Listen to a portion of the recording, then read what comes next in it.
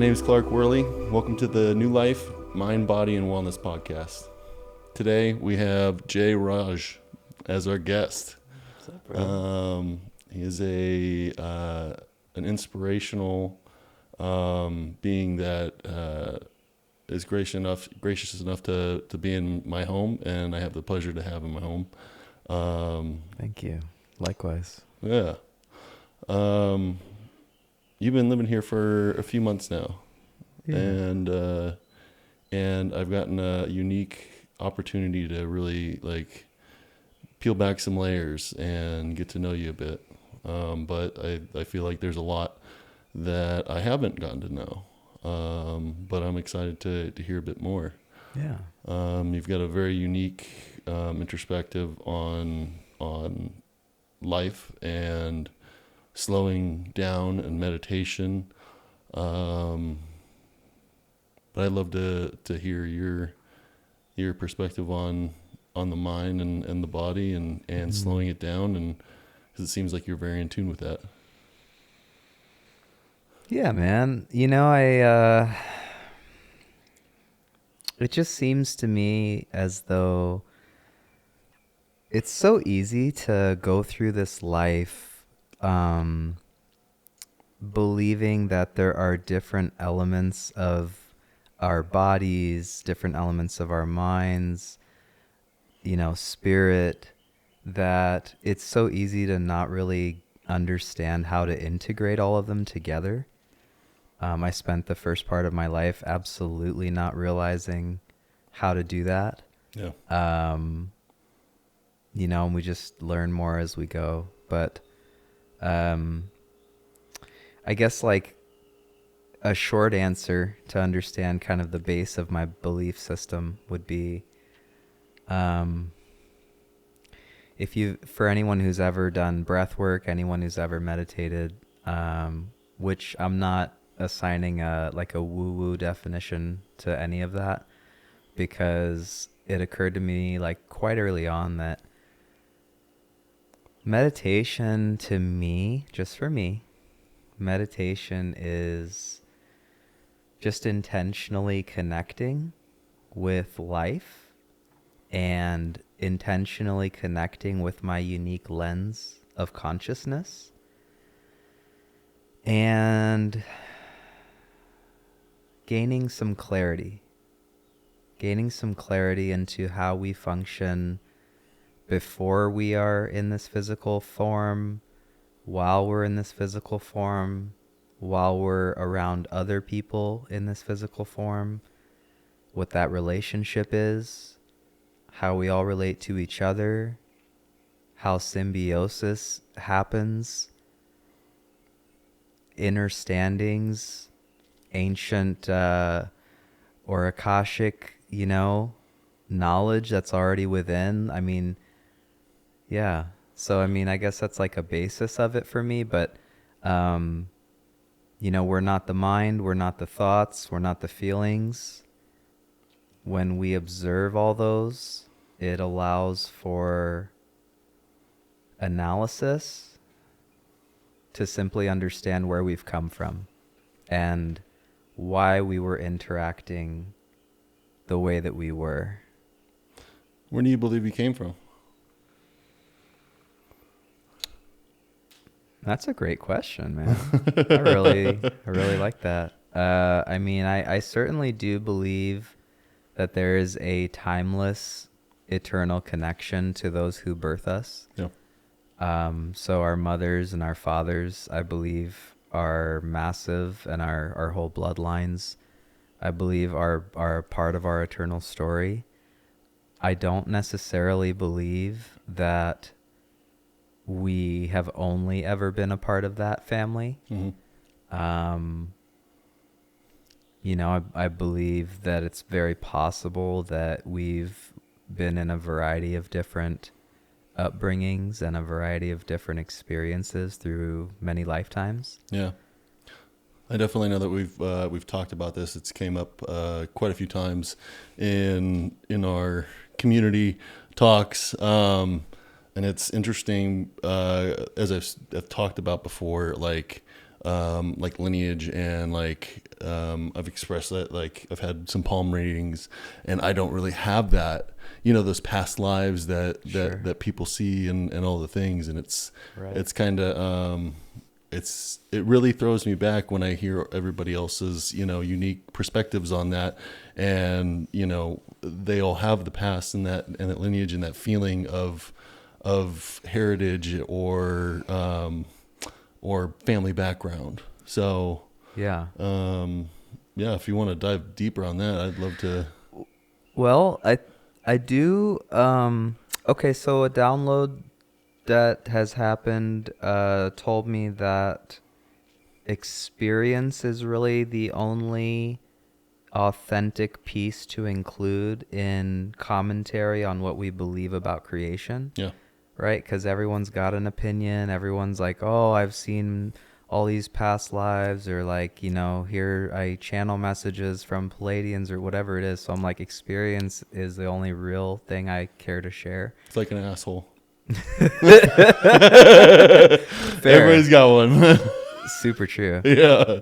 But the one time that I actually got to witness other lives that I have looked through, was this one day. This is the day that I found out that percussion and like the beat reminded my soul, or reminds my soul of where else I've been.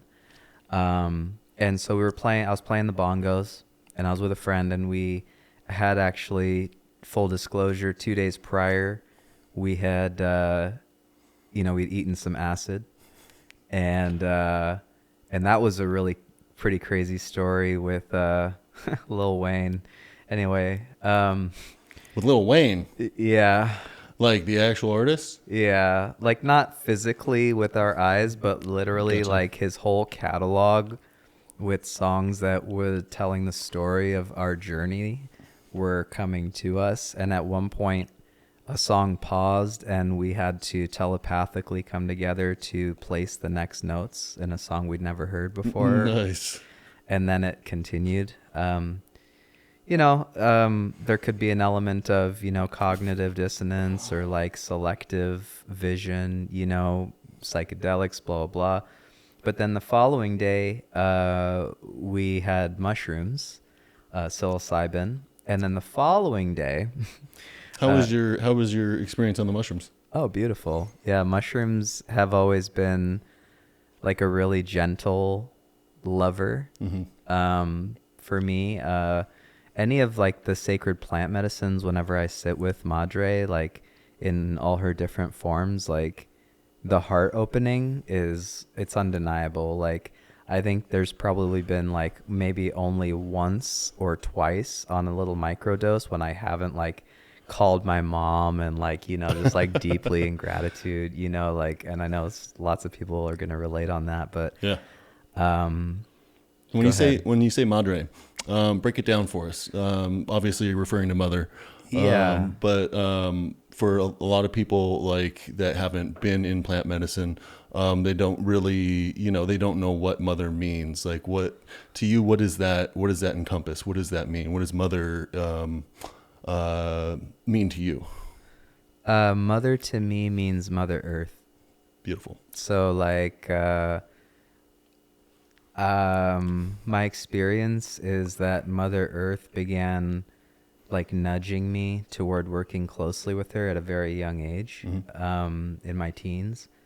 And ever since then, like, and, more recently I'll get like channeled messages and different, things from her. But going back to the experiences, like the heart openings of just being reminded of what that love feels like, that fully enveloping embrace that Mother Nature sends like through my entire being, like whenever I sit with her, whether that is, having a petting session with a dog, or whether that's or a cat, or whether that's being out by the trees and grounding, whether it's going on a hike or ingesting, it's either way. So when you said you experienced mother in your teens, Yeah. what were you doing? Were you on a substance? Were you doing breath work? Were you doing yoga? No, I wasn't. I began,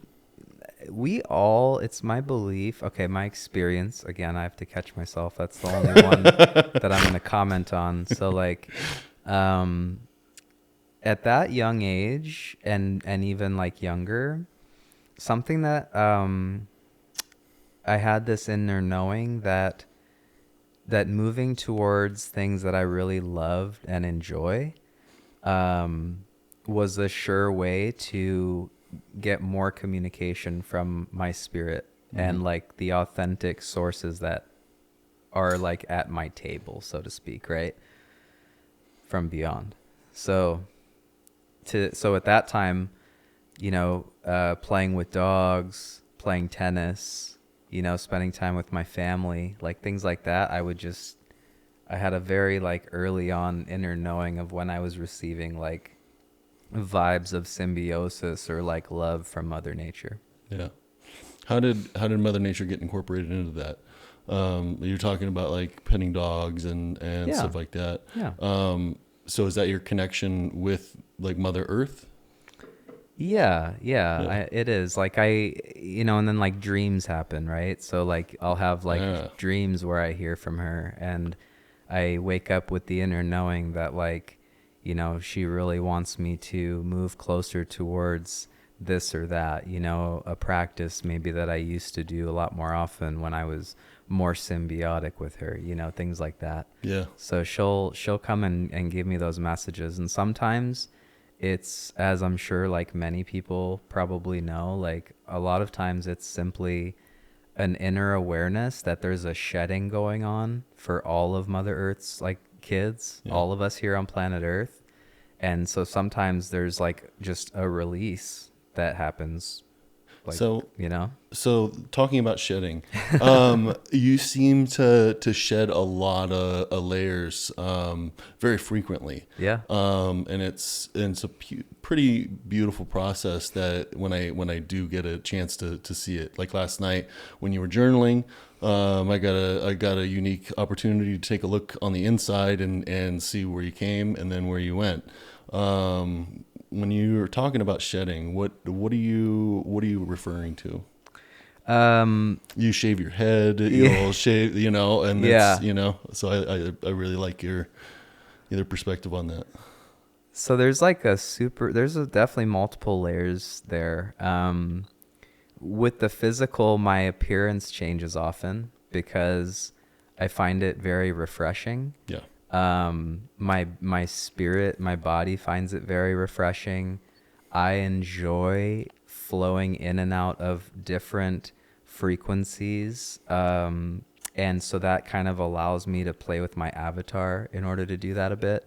But the real reason for it is because one of my purposes is getting to witness and integrate, lots of different like resonances. And so the ones that move through my body, that happens like all the time. And so sometimes it can be from any variety of different places, but When you talk about resonance, what are you referring to? just, feelings, different sensations that are maybe sitting in a certain like room of a house, or someone's body's holding on to, or my body's holding on to, um or even like different different topics that many people are feeling very resonant with. Yeah. And so they're tapped into that. And so then if you cross through that frequency in your own thought space or heart space, it a lot of times can create a process that not requires, but where the full cycle of that experience includes welcoming, loving, and dismissing.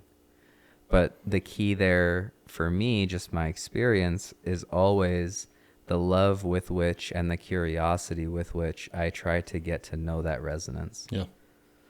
It's beautiful. I love that perspective. Because we're not going to get rid of something that we are feeling resistance to, No. because it's not what we want. It's like what our subconscious is like reaching for, Yeah. you Sometimes know? it's good to let go of the resistance and Oh, shut it it's off. beautiful. Yeah. That's what I'm saying. Like, it's only once my curiosity peaked with them, and it wasn't about like, oh, how could I, I've been practicing and guiding students for this so many years, and how could I hold on to this and like all that garbage. Yeah. It's not about that, but my journey is that I had to cross through that place to get the understanding, the understanding, and the return to my kingdom. I mean, that's how we figure things out. I mean, That's right. throughout life, it's you learn the hard way, and you end up figuring it out, and that's what leads to being able to shut it off. Is when you figure that out, and you're like, "Fuck, I went all throughout all this, and like somebody could have just told me, but like that wouldn't give you the It doesn't the bring, experience."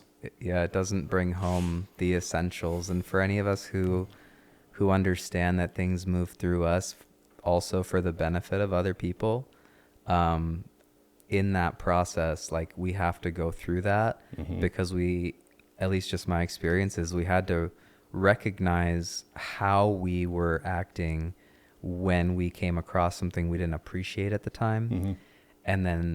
and then becoming appreciative and curious about it, and then that understanding then helps the impact to magnify. Being able to cohere what happened in the situation and look back on it and be like, maybe I kind of fucked up, and maybe I did this right, maybe I did this wrong. How could I do this better in a different situation? I would say, and this is going to sound maybe like a super side topic to spend any time on, but right and wrong, Mm-hmm. good and bad. Fine. There's a very, very broad line on that. I'd like to jump into the good and bad one real quick. Sure. You're super into food just like me. Yeah. The number one reaction we get when someone tries something we've made is what? Fuck yeah. Or like, that's good. Yeah.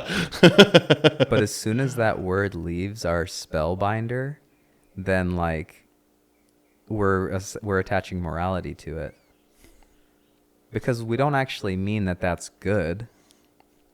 What do we mean? I mean, for me, it's either a fuck yeah or a fuck no. Okay. When it comes to food, Fair. like I'm either unless I am just getting my nutrients, Right. Fair. That's But cool. when we cook together, like Yeah. it's always a fuck yeah. Yeah. I appreciate the perspective. I guess what I'm trying to get at with that is simply that observing when we use the words good and bad, observing when we use dualities, Yeah. terms that annotate duality. I don't know. Honestly, I really don't know how often I say good unless I'm like, I'm feeling, Or I like that and I don't like that. Same thing. Like anywhere we create duality. yeah. Because creating duality creates resistance. That's not to say don't discern. Yeah. When things are actually about good and not good, I get that. So you say you want to dive into that a little bit more. We can.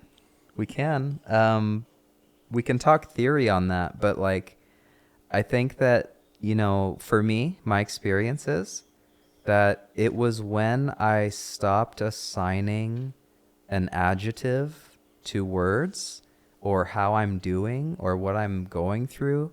I stopped looking at things from a perspective of, if this doesn't feel all like love and light, then like it's speaking about my self-worth. Once I moved away from that, and it's an ongoing journey, of course, but like once that stopped being the way to describe what's going on, and it became about being more descriptive, Yeah. and actually like digging into what's going on and viewing those all non-judgmentally, the curiosity peaks. Yeah. And then that allows us to go further and understand more, know how to work with things more, with ourselves, our own gifts. So talking about working with ourselves more, you journal quite often. All the time. Yep. Going right here. What age did you start journaling, and like what does that give to you? What does that do for you in your life, and how does it change, and how does it grow you and evolve? Or how do you use it as a tool to evolve and grow?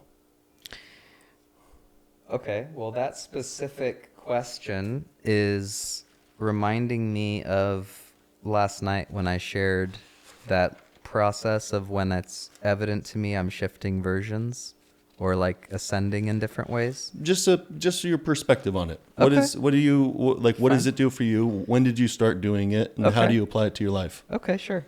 So, writing to me is something that resonates super, super deeply because it allows me to narrate from the perspective of the observer. Mm-hmm. So I move completely out of any emotional things and I just allow the thoughts to free flow out. No filter, no nothing. Just let it come out. And I narrate it from the observer so that then after I write, I go back and I read through. I find anywhere if I've said I can't, anywhere if I've said I need to, anywhere if I say I like or I dislike, or, uncovering, little passive aggressive, like little wordings or whatever it is, right? Like So figuring out. psychoanalysis, basically. Yeah, Yeah. figuring out exactly where my mind space is at because the mind is designed to just think, Yeah. right? So like, I know that. right? Constantly. Oh, it's hard to shut the hell up sometimes.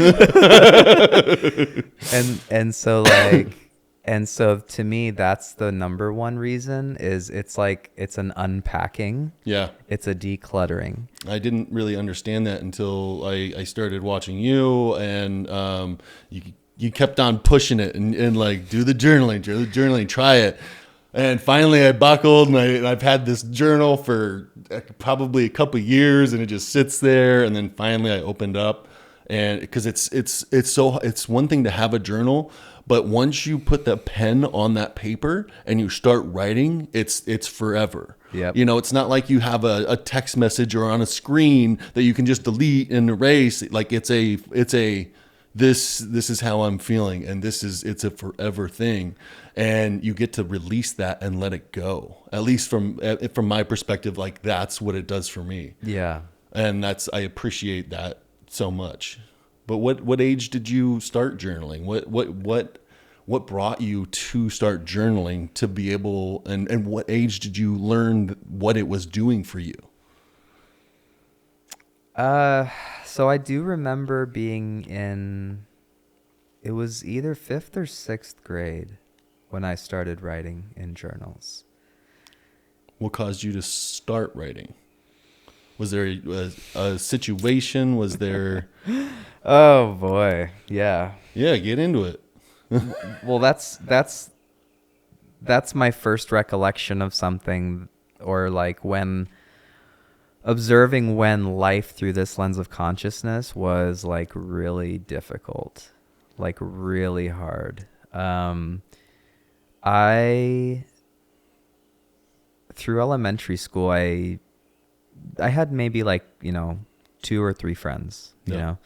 I had a few cousins that were older, a few cousins that were younger, a small circle of like family friends that we would mostly do things with. But as far as like at school friends, like at times it was 1, at times it was 2. Sometimes I felt completely alienated. And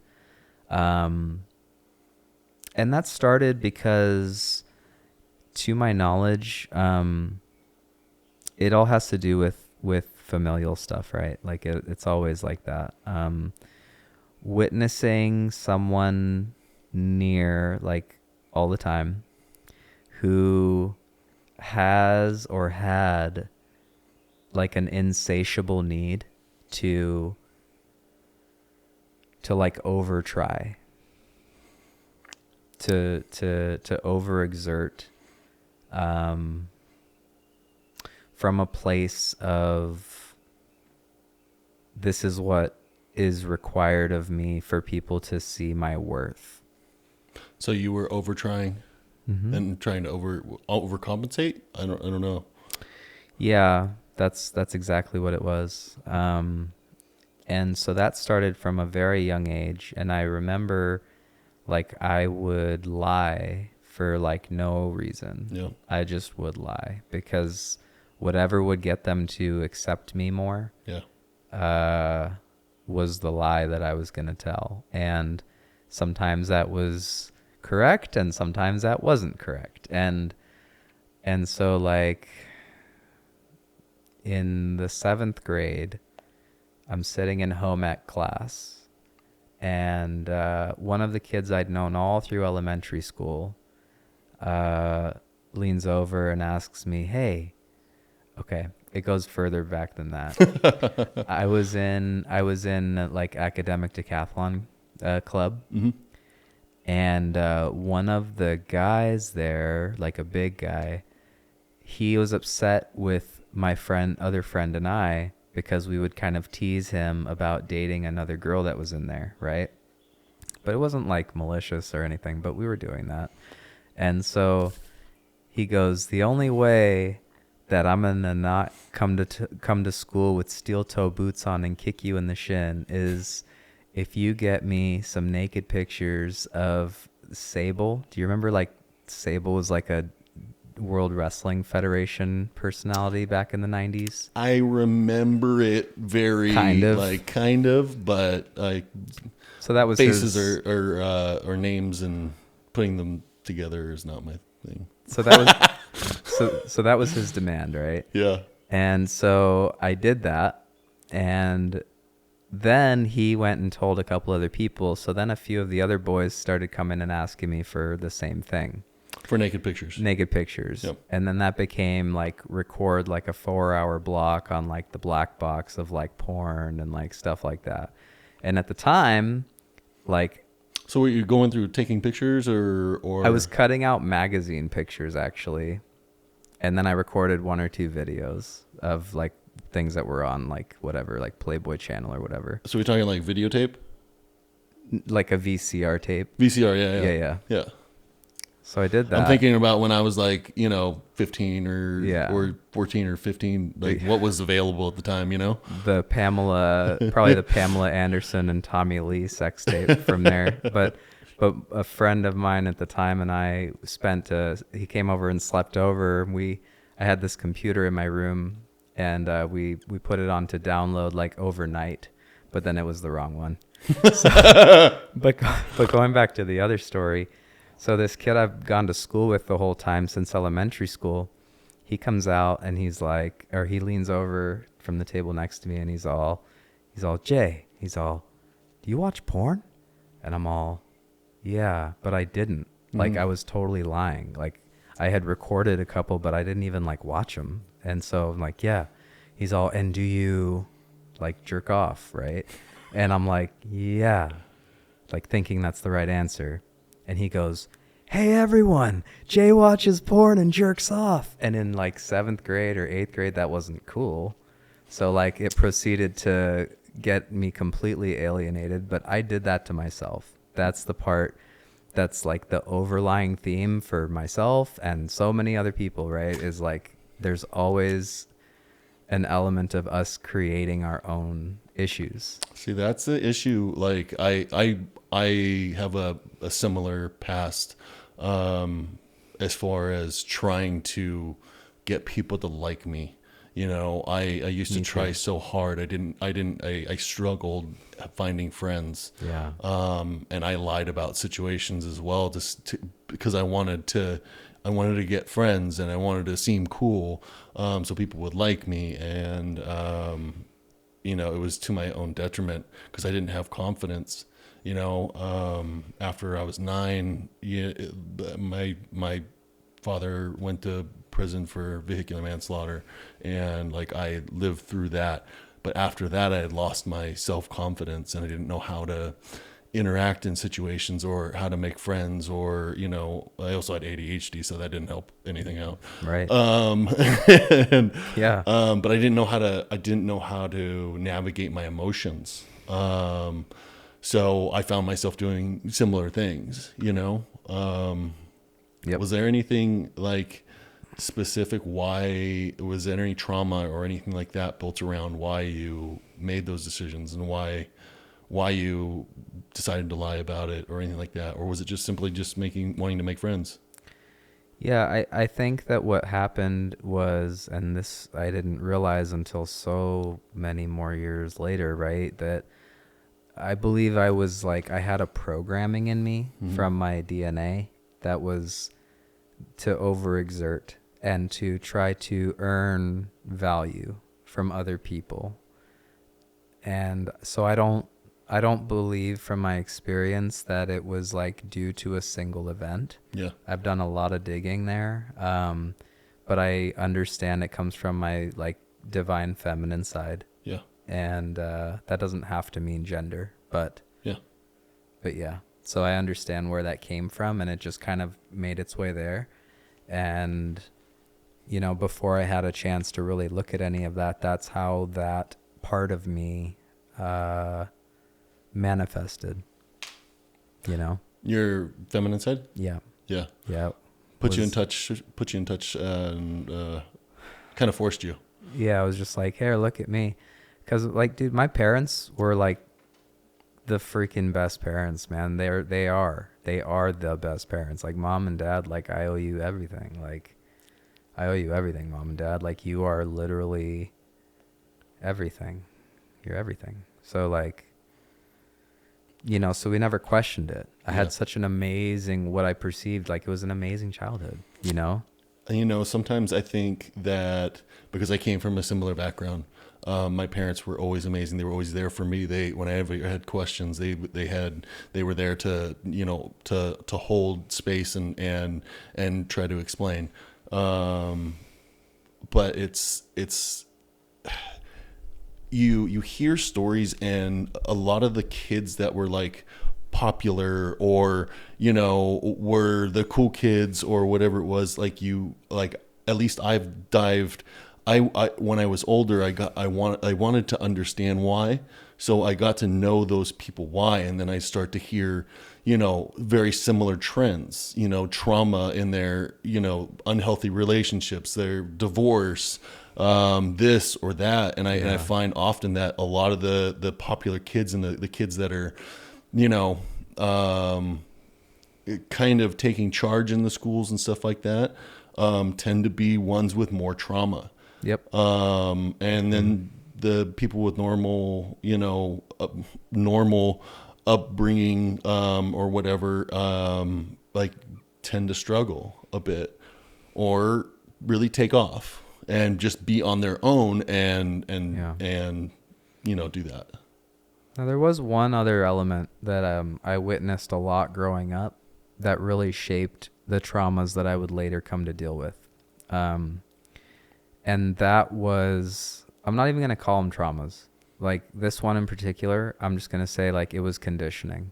It was like conditioning that I witnessed a lot as a youngin'. That later I understood why it was affecting all my relationships the way that it was. And that is because the way that I witnessed disagreement.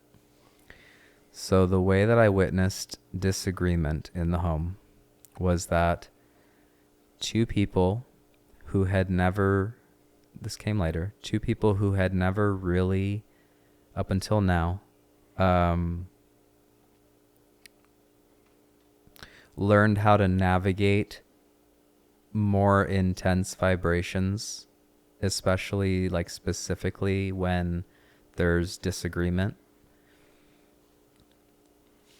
When you witness in those moments that the trend is to like blow up at each other and then like avoid, that creates this, at least for me, created this mental conditioning that people were going to disagree with me or that they were going to not like me or whatever. Yeah. And then it was going to create avoidance. So let's break this down a little bit more. Yeah. So when you're talking about like when you're witnessing, are you talking about your parents like kind of Yes. fighting and then Right. avoiding? Yes. Okay. Yes. And so like flash forward years later, I understood perfectly why when I had my catering business thriving and I brought in a new partner and we would argue Mm-hmm. and it would become such a shit show because of just like my parents combining business and home life Yep. and never having any like separation. Yeah. And that's exactly the same thing that I did at one point. Thankfully, like, the awareness was there and I was able to observe that. Yeah. And definitely not the first time. I mean, it was a cycle that I had to work through like a few times, like, oh, I'm doing that again. Oh, I'm doing that again. Oh, this whole summer, like, I guess that's what I was doing. Like, but then we get there when we get there, like, fuck the rest. Like, like that is what it is. So do you find yourself like in relationships now? Do you find yourself, doing the same thing and going down that same route where we're bickering and then avoiding? It can still definitely try to creep out. Yeah. It can still definitely try to creep out. And yeah, yes. Yeah. Yes, it does. It creeps out sometimes. Yes. So, okay, comparative to when you were younger and to now, how do you deal with it now as compared to when you were younger? Well, what I've learned is that the way that I start my day is going to directly tell me, is going to tell the story of how effectively I remain aware of these old tendencies and how much I'm in the director role or am I in the actor role.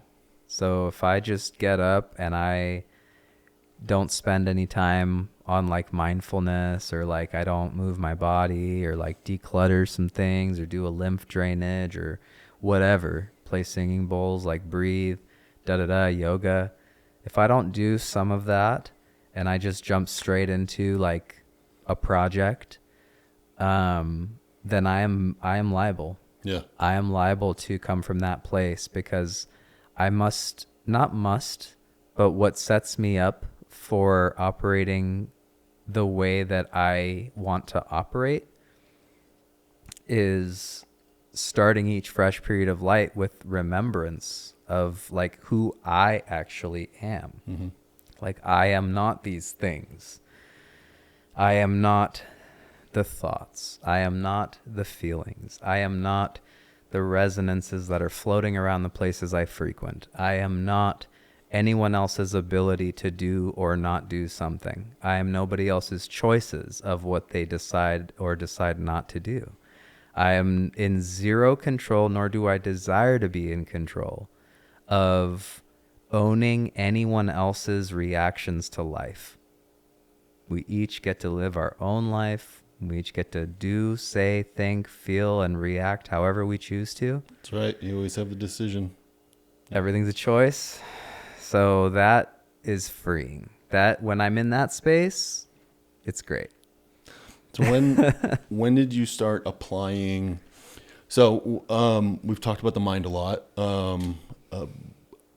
When did you start applying working on your body and like because you've practiced yoga for a long time. Long time. I've done sun salutations with you. We've practiced yoga. We've done stretching. We've done lymph draining.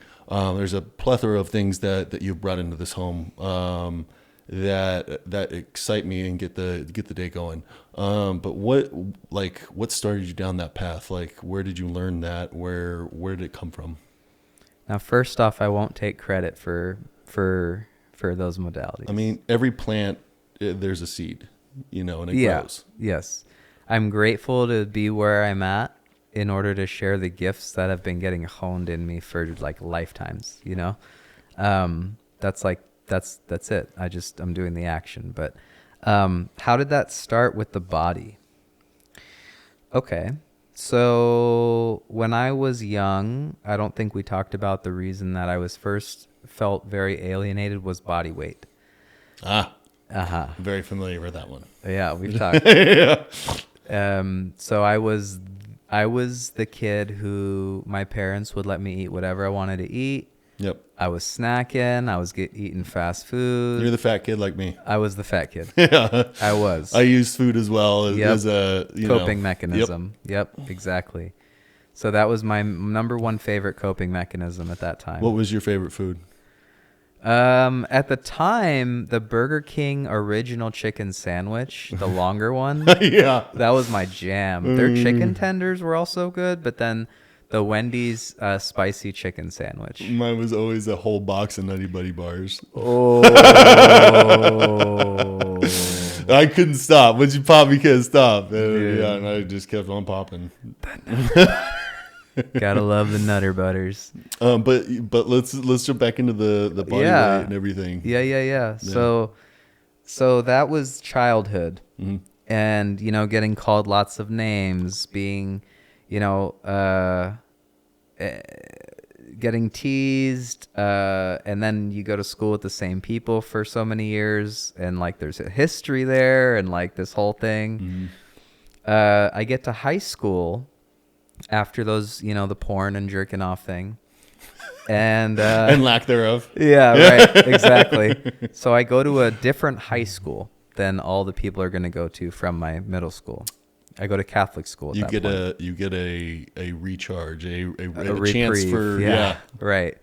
So like only 2 kids went there from there, and they were like, "Bro, we won't say anything," and it was cool. But then the summer after freshman year, I go visit my cousins in Dar es Salaam, Tanzania. Shout outs to my Canabar side. And and so we go spend like the summer there, almost the whole summer or whatever. And my cousin Amish and his brother Nishit, their sister Sapna, much love to you guys. They would play tennis at this like country club like almost every day. So I didn't want to stay at home bored, so I went with them. Yeah. And I really enjoyed myself. And it took me like probably like a month or 2 before I was like actually able to like kind of volley with them and like really kind of have a good like a flow. Yeah, have like a smooth game, where it was fun for everyone. So I did that. And then when I returned here, I kept playing. So then in high school, I was like, cool, like let's try this out. So I went and I tried out for the tennis team sophomore year. I might have been the number 6 seed at that time, but I made it. And I would play because it was like top 6 will play, Mm-hmm. So that began me with into getting active. Now I did run cross country in 6th grade. But then, like, I don't know, I just did it for the 1 year and I just kind of stopped, But once I found tennis, that changed the game because I really enjoyed myself. Yeah. And so I kept playing tennis all the way through. And then I became the number 3 seed. And the senior year, we won regionals and we went to state and stuff. And that was really fun. And from there, I just kept taking care of my body. So that was the start of becoming aware in my body. Like right here, presence in the body. So that began my presence in the body. And I go to college, Arizona State, partied my ass off, started really taking care of my body a lot better then, worked out all the time, was eating better most of the time, partying, but taking care of my body still, Yeah. It wasn't until years later, though, if we want to talk about, so it was like on and off, I'd be in really good shape for like a few years and then maybe I'd fall off and I'd go back and forth. And then years later, I'm getting out of the mortgage industry and I find like acting. And I'm like, okay, well, now I'm going to take even better care of my body. So rewind back to when you were adolescent, like when you were a teenager. Yeah. So when you're in fifth, sixth grade, you were the fat kid. Yep. Me as well. Right. Even up to like 8th grade. Yeah. To 8th grade. Yeah. Okay. Even 9th, like sophomore year of high school. Sophomore year of high school? when I really started playing tennis like a lot. Yeah. When so throughout high school, did anything come of that? No, Stayed pretty neutral? stayed pretty neutral. There was like a small group of kids who would, who would still like tease me, but for different reasons. You Yeah. know, like it was different things. It was like, oh, it's weird. We're all Catholic and you're Hindu and you don't eat beef. And like, or like, or just like a cool perceiving themselves as cool and not perceiving me as cool or whatever. But it wasn't like a body weight thing for the most part at that point. Yeah.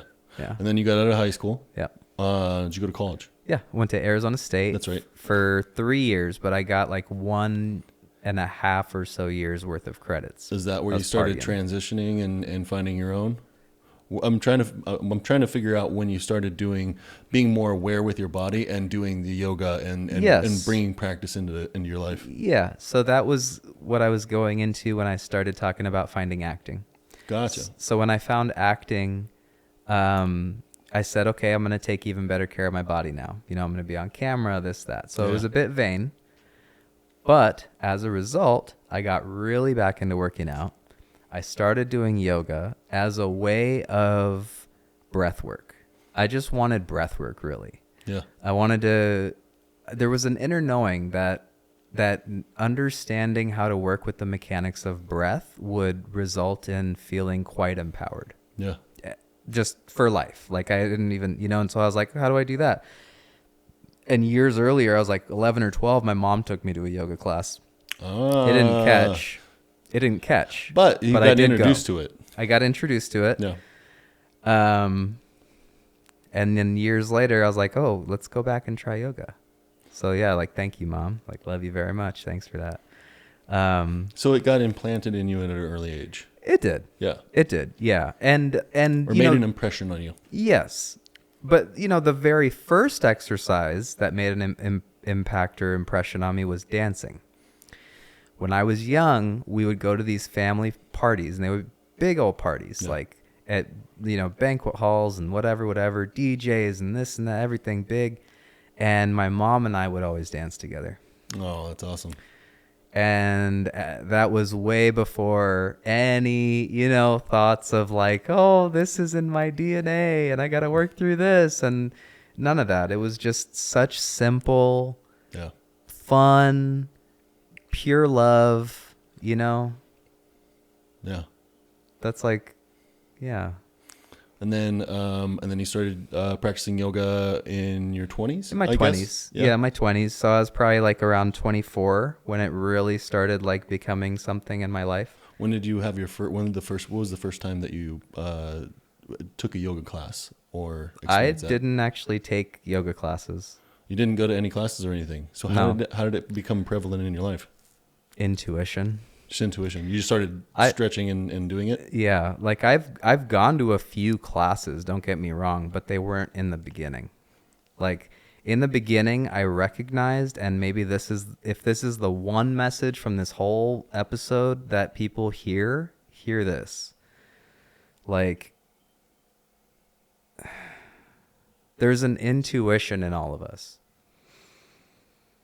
If something really matters on a soul level, or even from just the perspective of like living this life on this planet, and the wisdom that we have learned comes in really handy, all of that is intuitive.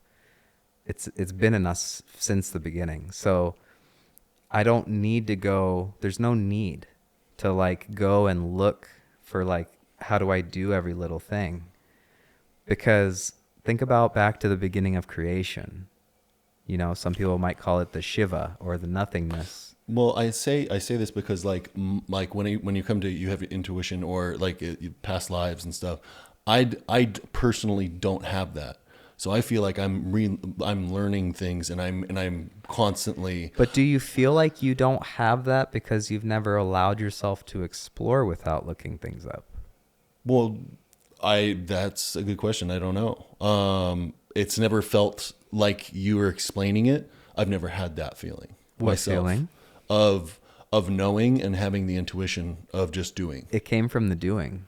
So I just literally sat down and started touching my body and started moving it in ways I'd be like, oh, these hips don't feel that open. How can I stretch those out? And I just stretch them out, and then the next one gets shown to me. So in that sense, when I did get out of high school and got away from that, I told myself, I'm losing all the weight. I'm never going to put myself in that situation again. And that's when I started hitting the gym, and now I know what you're referring to. Yes. Because I could feel every strand. I could feel every muscle. I didn't do traditional workouts. I did a lot of weird stuff that people looked at me weird, but they were also very inquisitive about, and asking, what is it? And I'm like, well, feel it, feel where you feel that. And you get the, so yeah, Exactly. I get what you're saying. Yeah. Exactly. Think about like, okay, like the National Academy of Sports Medicine. Mm-hmm. Okay. They have their own idea of the structure of when you learn different elements of working out your body, right? Mm-hmm.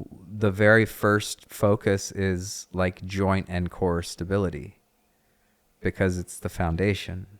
So like, we don't need any inkling of like assuredness before we know how to do the foundation.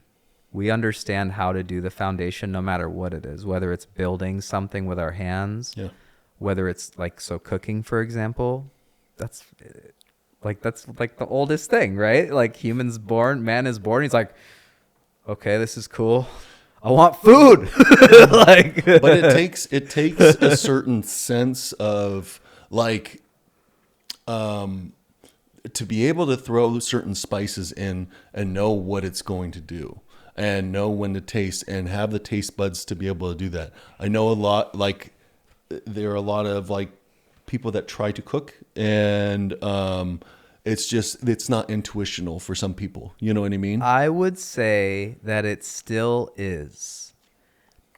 My experience is when there are moments when I am creating a separation between the knowing and my experience, mm-hmm. then it's very easy to not believe that I know what happens next, because the difference is, this goes back to the discussion of good and bad. I cannot cook a meal that is bad. Yeah. Nobody can. Yeah. Because just like if you're creating a musical track or a yoga flow or a dish in the kitchen or making a baby, either way, all it depends on is thrusting yourself like fully into your authentic output. That's it. No thought of what's going to come of it. There is no grading system. That is a complete figment of the imagination. Listen to Rick Rubin. If you've ever, I love Rick Rubin. And he says like, bro, like there is no thought while we're creating. There is no thought of what is this going to be, because that completely removes us from being able to be fully there experiencing it. I guess like maybe it's that some people care more. It's a money wound. Dive into that a little bit. What is a money wound? The only reason we care what comes of something we create more than it being authentic is because we believe that we need to create income in this world. I don't know about that. Okay. When I cook, I love to cook. Right. It makes me happy. It fulfills me. And you're not thinking of... And that's why I love to do it. You're not thinking of how are other people going to like this. I do. A lot. But it's from a place of love, not a place of industry. Correct. Do you understand? That's the difference. That's the difference. If you're leading with love, that's great. Right. It's going to create it still as authentically as it can. Yeah. And even more so now, because the resonances who still are connected to us are being brought into that creation. And that's beautiful. But when it comes from a place of, I need to know like what the algorithm's going to like, because like this, I care most about that thing looking a certain way. That's when it takes us completely away from just authentically creating. Mm-hmm. Going back to cooking a dish, if we cook a dish that we smell it, we taste it, and we feel it, and we talk to the ingredients, and we pay that tribute, and then we start looking at what are the other possibilities of what we could, alchemize in this dish. Like we will make a choice if we allow ourselves, and maybe the taste is, maybe the taste isn't, but either way, it's the authentic expression. So the body is not going to dislike it when it's that authentic. Yeah. Let's dive into the food. You also own a company called Raja Prana House. I do. Half. Half. I was going to say that you half, started with your mother. Yeah, it's half my mom's and half mine. Yeah. Yeah. What age did you start cooking, and what age did you start cooking with your mother and developing that relationship? The story that they have told many, many a time to people is that when I was even just 3 or 4 years old, that I used to wake them up in the middle of the night and say, let's go make pancakes or let's go make waffles. Awesome. And apparently there was this high stool that they would get me up on, and I had this big old chef's hat. I seen pictures of it. It's pretty cute. But I didn't even want to eat. Apparently we would cook it up, and then they'd be like, all right, let's eat. And I'd be like, no, I just want to go to sleep now. You eat. I'd be like, no, Mom, you eat it. You wanted to see that joy. Yeah. Yeah. And that's why food is so deep in me. Yeah. So how did that develop? When did you guys start the business? When, like, give me a little bit of background on that. Well, business only tells a part of the story. So my mom cooked vegetarian, ayurvedic, clean food almost 6 days a week or 7 days a week my whole life. Yeah. For my father, and for us. And it was always about like beautiful, fresh foods. I didn't appreciate it when I was young. I wanted to eat the fast food and the pizza and the this and the that, Yeah. and the chips and the ice cream. But once I was older, especially once I really plugged into yoga, in my mid-20s, then like that connection with food and understanding that I get immense joy out of feeding people. And not just feeding them, but ensuring that that food has been loved on, because I was so fortunate to experience like intense amounts of love in every single meal that my mom fed us, all the while growing up. That's and beautiful. You know what I mean? Yeah. That was like one of the deepest ways that she would express her love even to this day. Mm-hmm. And that has transferred. That honestly was... So I worked with my father growing up a lot, where I learned a lot. I learned a lot of what to do and what not to do. But my connection with my mother was also always in the kitchen. That's where, like, because she was an insurance adjuster, so like she was at work, and then when she came home, that was my time to be able to spend with my mother. Yeah. And I was always in the kitchen, and I got to help her and cook with her and learn from her, and that was our connection. So I like, yeah, I understand. It's a beautiful connection when you get that. Right. And then with my father as well. But he only had like a few staple dishes. He'd bake like gnocchi, but he'd make it from scratch. The chicken noodle, he'd make the noodles from scratch. Wow. Everything. It was like a lot of love and time and effort went into it. So I learned a lot from him. Basil also, or What's that? basil also, or just time?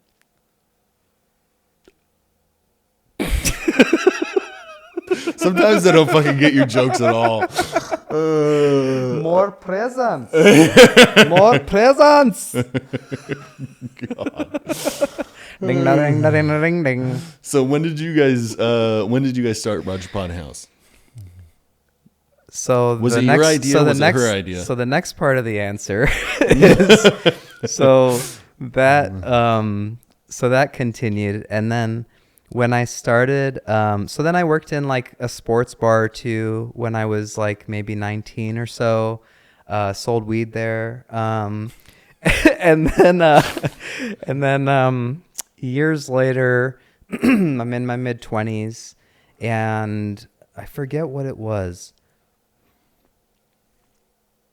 I forget what the very first thing was again that launched me into food service. Oh, I remember. I bartended for like 3 years in my kind of early mid 20s. Lots of weddings, things like that, really fun. And so that kind of got me like reacquainted with my love for food service. And then off of that, I did some catering work, some banquets, things like that, different gigs. And so that like really kind of brought that home. And then when I started doing yoga and the turmeric, my mom, introduced me to, that just, that spawned all of that again, just super deeply at that point. And so then I started like meal prepping for people. I was working out heavy, so I would make like, chicken, broccoli, rice for people. So or when you say whatever. the turmeric, like you specifically pick that ingredient. How did that evolve, and why is that so prominent in what you practice now? So turmeric is a master anti-inflammatory, master antimicrobial. When paired with pepper, the active ingredient curcumin is like massively activated, up to hundreds, or even greater times. And pepper, whether you do black or cayenne or whatever, is one of the easiest ways to improve circulation. Yep. So like several people, you'll hear the biohack of putting black pepper or cayenne under your tongue. Yeah. And letting that get like really deep in there, in this whole system. So again, going back to the story of my mom, you have another question. When it comes to turmeric, and the pepper, Yes. because I know you pinpointed turmeric, but I want people to know, like, when it comes to turmeric, the activation process when paired with pepper, because it's not very bioavailable if it's just turmeric on its own. Correct. Right. So when you're pairing it, when we're talking about this, just so people know, like, pairing Always. it with, you got to put it with a pepper. Non-negotiable for me. Or it's not But- not that bioavailable. But let's also zoom out of that for a moment. Not what you're saying, but just to give some awareness and breathe a little bit of life between the words. Having turmeric and forgetting to put the pepper every once in a while, it's okay. Yeah, it's not a bad thing. It's no big deal. I like to be like very far from the resonance of feeling a perfection or a morality. I'm just talking on a sense of nutrition. I get what you're saying. And I get what you're saying. yeah. I do. And getting the full properties of the root. What I'm getting at is I would rather have even 70 or 80% of turmeric's effectiveness versus eating something that's like super greasy or this or that. Oh, absolutely. So I just say that simply to celebrate anyone who is taking actions to supply their bodies and their microbiomes and their gut-brain connection, which has been shown to have like tons of neuron messengers that are going from the gut. So the way and what we consume in our bodies is like directly responsible for how we feel in life. That's my experience. I've been on so many different opposite ends of that spectrum, so I know that to be true for me. But to go back to your question or what I was saying, I just want to applaud everyone. So like whatever you're doing to take care of your body, like fuck yeah, bro. Fuck yeah, sis. Like you could be doing anything.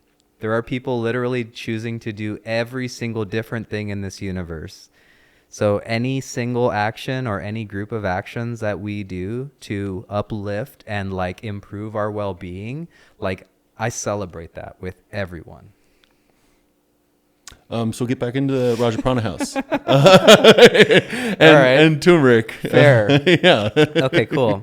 So since my mom had since she had the emotional track record she did, one of the reasons that cooking in the style that she loves to cook in was Which is delicious and amazing, by the way. right. It really is a gift. Oh my gosh. But it's become clear to me over the years that one of the motivators there was to get consistent healing, which is beautiful. Now, was that purposefully?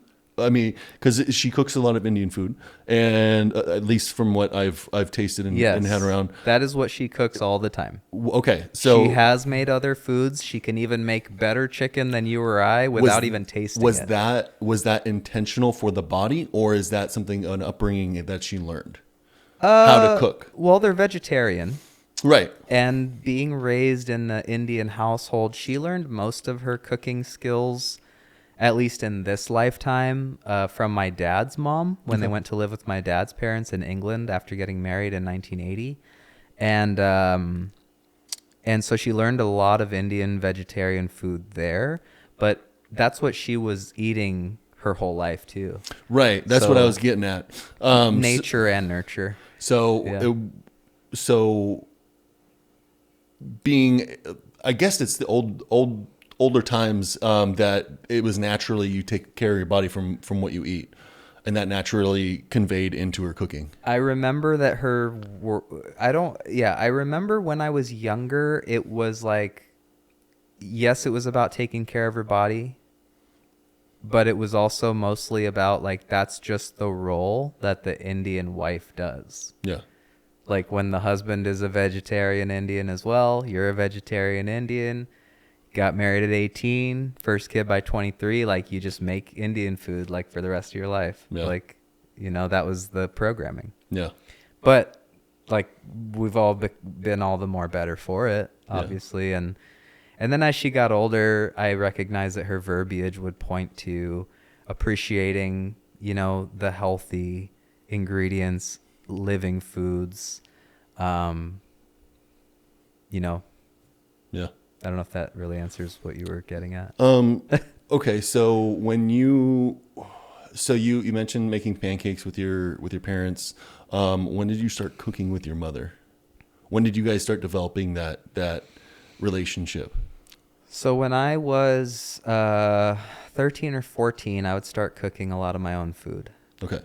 At the house, and so we would cook kind of side by side a lot of times. Would you guys make meals together or different meals? Well, I was adding more meat proteins into my diet. Okay. And so I would cook the chicken or whatever for myself, but then that did end up kind of sparking my curiosity to cook other items that she was cooking, and then we ended up like crossing paths with that. When did you start crossing paths?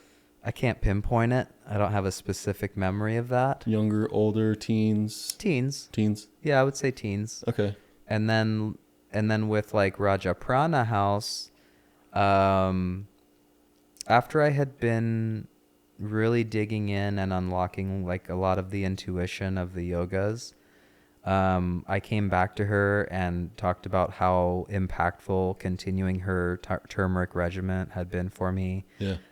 Continuing to eat sometimes and cook sometimes the way she did or does. Talked about the impacts of that. Talked about yoga impacting my life at that point, after she had introduced me to it so many years prior. Mm-hmm. And we began to practice yoga together. And so my whole life, she has always called me Sunshine. So that's where it came from. Yeah. It came from the relationship with your mother. Yeah. So your first, I guess when you were saying you never really did a yoga session because it was with your mother. Yeah. Yeah. Right. Yeah. So you learned from your mother. No, I wouldn't say that. You were practicing with your mother, correct? Yes, I started practicing with my mother after I had been sitting and practicing with myself. Stretching and learning your body, but the practice... And movements. No, movements too. She didn't actually show me like a lot of yoga poses. Okay. If that's the question, really. I guess I'm trying to get like, where did you get like your core of learning it? Intuition. That's what I'm telling you. Because you were younger and... I just moved my body into wherever it felt good. Gotcha. The first time I watched a yoga video, I was like, oh, I do a lot of this. There we go. It's already something I'm doing. Yeah. So I didn't like study yoga to get those moves. Yes, later it compounded on that, Mm-hmm. but the initial like downloads that enabled the flows that brought me deeper into the practice, those were all from intuition and like within my DNA. Like, Yeah, that's beautiful. I think we all have something like that. We just don't give it credit. Yeah. We don't remember to stop focusing on temporary circumstances that are impacting our day-to-day resonances. It's hard to, you know, when you see things getting done a certain way, it's hard to, you know, reprogram the brain to trust your intuition sometimes. Yes, and it's easy to choose to either fully seat into the feminine divine or fully seat into the masculine divine, Mm-hmm. and creating imbalance. It's just all of our journeys. Absolutely. We're just all puzzle pieces with different bends and different corners and jagged edges, and it's the only piece that can perfectly go where it goes. Like, Yeah. just how it goes. So when did you guys, at what age, when did you guys start Raja Prana House? Raja Prana House actually officially only launched last year on paper, Okay. but we were catering films together back in like 2015, 2016 for a few years. And then when I created a private chef position and wellness program position at a local warehouse manufacturing business. And she also started that with me. Okay. And then I brought in my partner. She started working there with you? Yep. Okay. Yep. When I first started that program. Gotcha. She did end up helping. She actually did remain helping like on and off when we would need her. So she's been a big part of that. And then of course, like when I started putting the tea bags together, her and I were the ones, like she was the first one who showed me like how to sew. We were sewing the tea bags shut. And like she showed me how to do that, and then she kind of created like a different method for tying them off, and then I ended up just working with it and figuring out to just tie it with the hemp. That's a beautiful art all in itself. I've talked with a few friends about like crocheting and sewing and things like that, and it's a very methodical, monotonous When you say stress relief. Yeah. Yeah. Yep. Go ahead. Yeah, no, I mean, the sewing was beautiful. It was, I enjoyed it every single time. Yeah. You know, because to me, nothing I create is just for me. I don't want to create anything that doesn't have like my signature on it, like my energy signature, you know, like Authenticity. yeah, like Yeah. I don't want to just create some third party product and have some factory in China make it and then it goes straight to market. Like, I just don't care about that. Yeah. Like, I care about putting an authentic thing out. Like, Yeah. that's me. Yep. And so, like, every single one of those tea bags, bro, like, Had I your would love and sew intention. after she showed me, you know? And, like, yeah. And then and then what ended up happening is I got the intuition of the Bija mantras that they were meant to be recited into the tea bags as I put them together. What's the Bija mantra? So in Sanskrit, there's a belief in the chakras, right? Mm-hmm. Okay. So the chakras literally means wheel. Chakra means wheel. And these refer to different energy centers throughout our being that correspond to different parts of this physical body that are, in my experience, are calibrating words that when we say the one for a particular energy center, it allows that wheel to come into balance again. Can you give us an example? Of course. Yeah. So there's a couple ways that I like to do it, just depending on what's needed. So either I'll just do one particular one, or like if I'm feeling something going on there, or I'll do them like top to bottom if I am wanting to get more grounding. Yeah. Or I'll go bottom up if I'm wanting to upload and manifest. You know, when you're talking from up to low or low to high, are you referring to like explain the chakras and where they're located. Okay, got you. So the root... And then how the bija mantra like affects each one of those. Sure. So the root chakra is at the base of the spine, but we're not talking about like back here. We're talking about like right here. Yeah. And that has everything to do with nature, upbringing, feelings of survival, fight and flight, anything that our mind perceives as needing this thing in order to feel safe. So that's the root chakra. In Sanskrit, the bija mantra would be lam. Now, you could do any number of different techniques, much in the same way as any chant. Mm-hmm. So either I might go, depending on what I'm looking to accomplish, I may silently say the mantra. Yeah. So I might just close my eyes and say,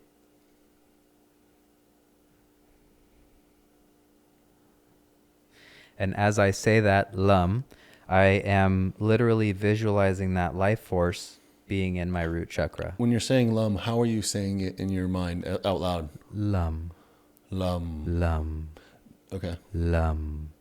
Are you doing it over and over again, or? Yes. Okay. So to me, a signal that's happened for me, much like when I do the tea bags, is if my goal is complete rebalancing or realigning, Yeah.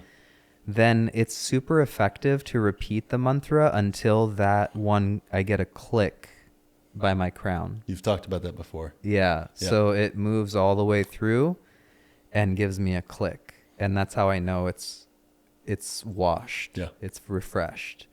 And so, yeah. So I might, depending on how I'm feeling, if there's a certain vibration that is moving, that moves, say, from that area, maybe it continues to go. Maybe it goes to the sacral. Yeah. Maybe it's in my heart now. Yeah. If I'm pointed in the direction of something being stuck or just stagnant or whatever, then I might go deeper into that, or I might just keep repeating it till it keeps moving all the way up to the top. Just depends on what my goal is for that session. And that's the one chant. So lum is just for the root. Just for the root. That's just the root. Now the root can encompass all, just like how the crown, focusing on refreshing the crown, can help the whole being feel refreshed as well. They're kind of the two that can feel that way. Yeah. At least for me, just experience. Where do the root chakra? Where do the chakras start? Well, we're talking about really just like 7 or 8 of them. Yeah. So starting and ending is a matter of perception. Right. It could start from the root. I'm not including a chakra down in the feet. Right. You know, I'm going with the 7 or 8 that everybody knows. Yeah. For the general practice, because this is one of the deep pieces of wisdom I'm meant to pass on to the world. Yeah. And so I focus on these. Yeah. So I'm not going to say starts or finishes, but Maybe maybe tell people what the chakras are and what each one represents. okay, sure. So the root chakra. So what I'll do is I'll name the chakra. I'll name what it kind of governs, where it's located, and then what that bija mantra is. Perfect. And maybe each person can just like apply that same process we talked about, whether you're going to repeat it silently to feel that inner really deep like stability again, or whether you're going to say it out loud softly, or whether you're going to say it loudly, repeat, like whatever, right? Just You can do whatever. do how you would do it. So the root, again, the root would be the Muladhara. It's base of the spine. Lam is the bija mantra, and it's for everything that's like survival based, familial based, feelings of need, feelings of survival, fight and flight. And then we come around to the sacral chakra. So the sacral chakra is our creation center. So you could say it's like the front side of your privates. It's up here in your creation center below the belly button. That is VUM. So lum on the root, VUM on the sacral. Lum, vum. Uh-huh. Okay. And then we have the solar plexus. So above the belly button, this is our joy center. This is our center where we feel capabilities. This is where we also tap into the unconditional love of the sun.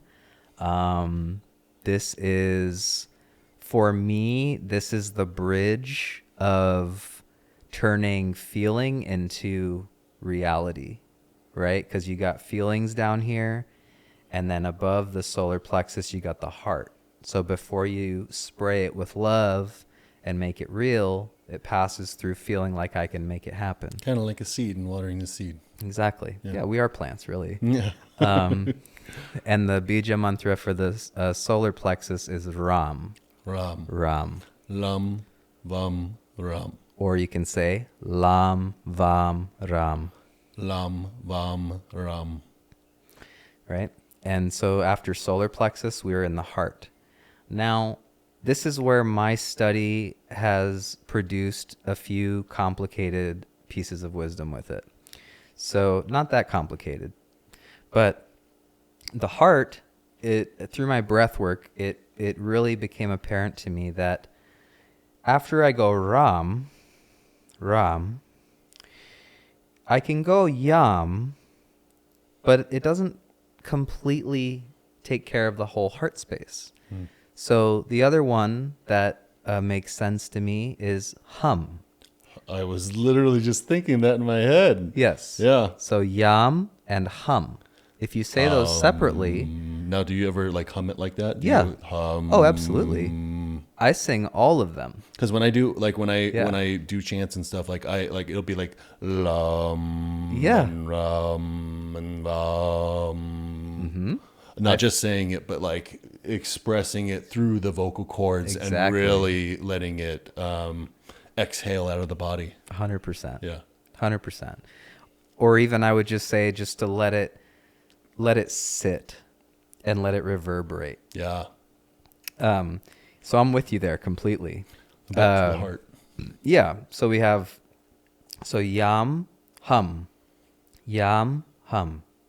So as I say that, even it's yam is feeling here, and then hum is feeling up to here.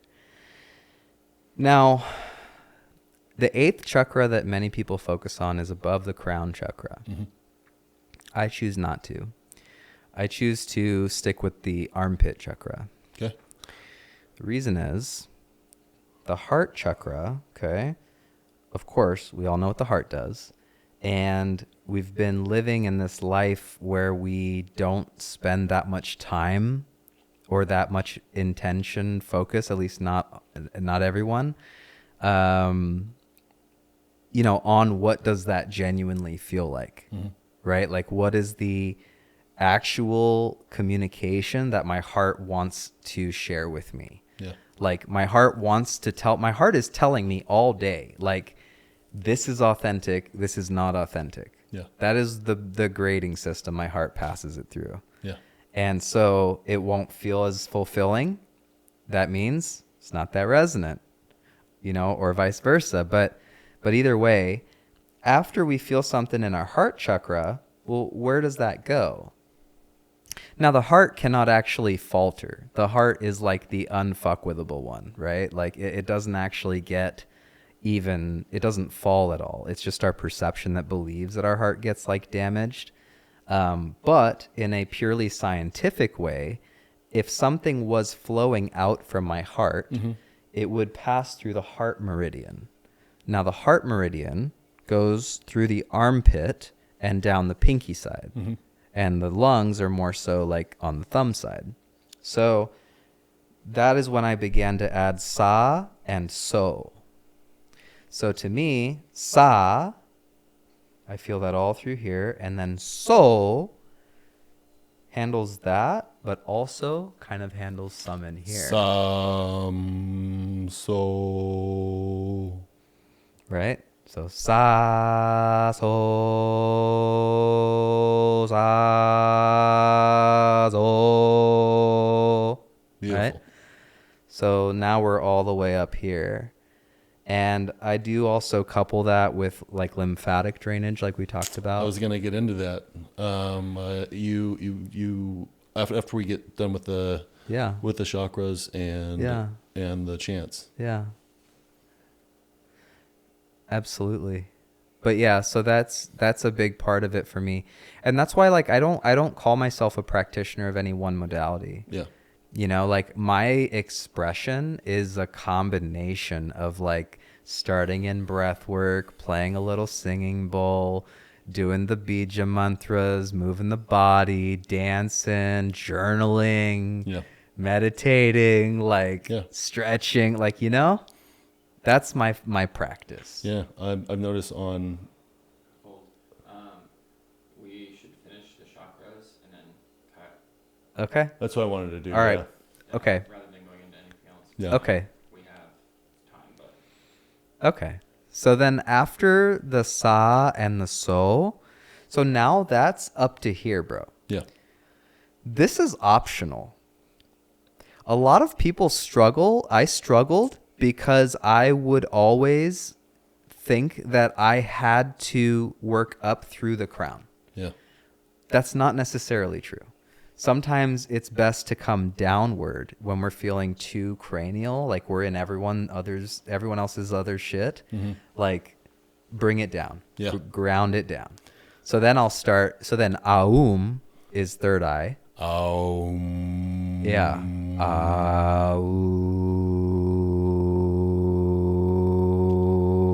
Aum. Right? So Aum is third eye. Soham would be if you wanted to expand up to the crown. But I use a lot of body work to work up through that so that I get all the clearing pretty much, but without all of the extra like mental cords that we sometimes can feel if we're up in our crown.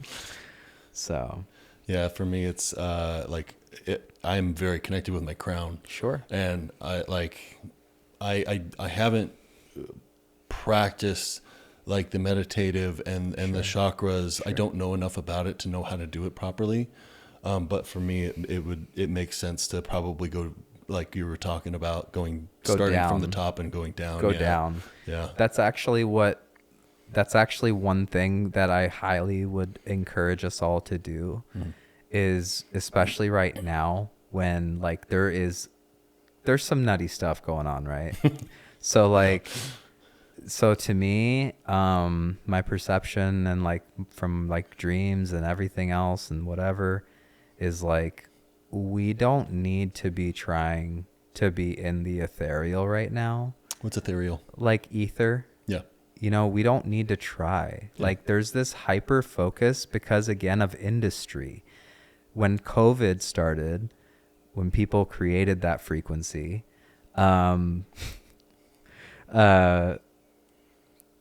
people became really hyper focused on spirituality, and it became an industry. Yeah. I've been posting content long enough in this stuff and doing this stuff long enough to realize that we don't need to do that. Yeah. There is no such thing as like needing a guru. See, that's the thing is, You don't need a guru, bro. Like nobody needs a guru. All we need to do is literally feel our bodies. Yeah. Like put your thumbs in here. You know what I mean? Like touch your armpits. Like literally feel your heartbeat so deep and resonant through there. You know, massage it. You know, like talk to your body. Tell me a bit about the brushing that you do in the lymphatic system. So that's a dry brush that I use.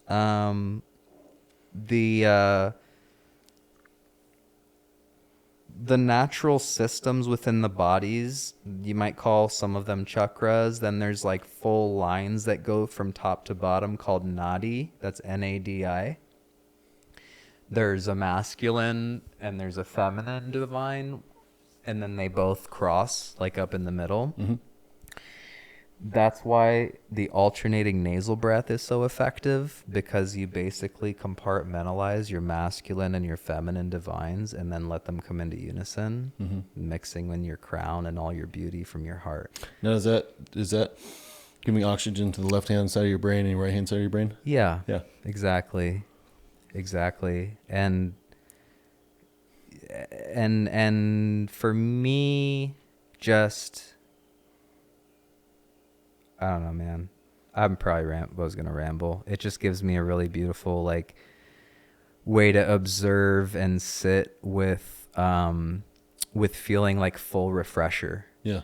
Like it just fully refreshes my system. So how do people do the dry brushing, and how does it work toxins out of the lymphatic system? Yeah, so the body naturally already wants to get rid of things. Yeah. What I choose to do is like my routine with it. Like I'll start, lower, like down here, but I won't do that now. Yeah. And I'll start. I'll make sure I'll keep a note not to brush myself with that. Yeah. Right. And so I'll simply like bring everything over. Sometimes I'll do it with the brush. Sometimes I'll do it with my hands, Mm-hmm. like probably one of each or two a day. You normally start your day with this, correct? Absolutely. Yeah. Yeah. I do alternating nasal breath, typically in bed. And then, Like right when you wake up? yeah, Yeah. it's not perfect. Nothing is. Mm-hmm.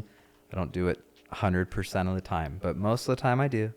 And that brings me to a less reactive space.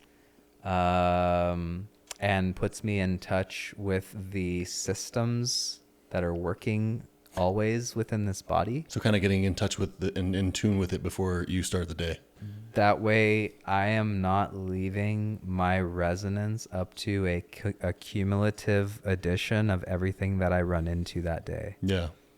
I have that problem of like having my phone or my laptop next to my bed, and as soon as I wake up, getting into that. Think about it like this. If you believe that we're comprised of masculine divine energy and feminine divine energy, if you believe that, gender aside, if you believe that, how would a feminine divine wish to be welcomed into a day? I don't know, I'd probably stick my fingers inside me. Okay. That's cool. I wake up, to be Fair honest, enough. like I wake up with a heart on almost every morning. So Fair enough. It's just, That's cool. yeah. That means your test is probably in a good spot. Yeah. But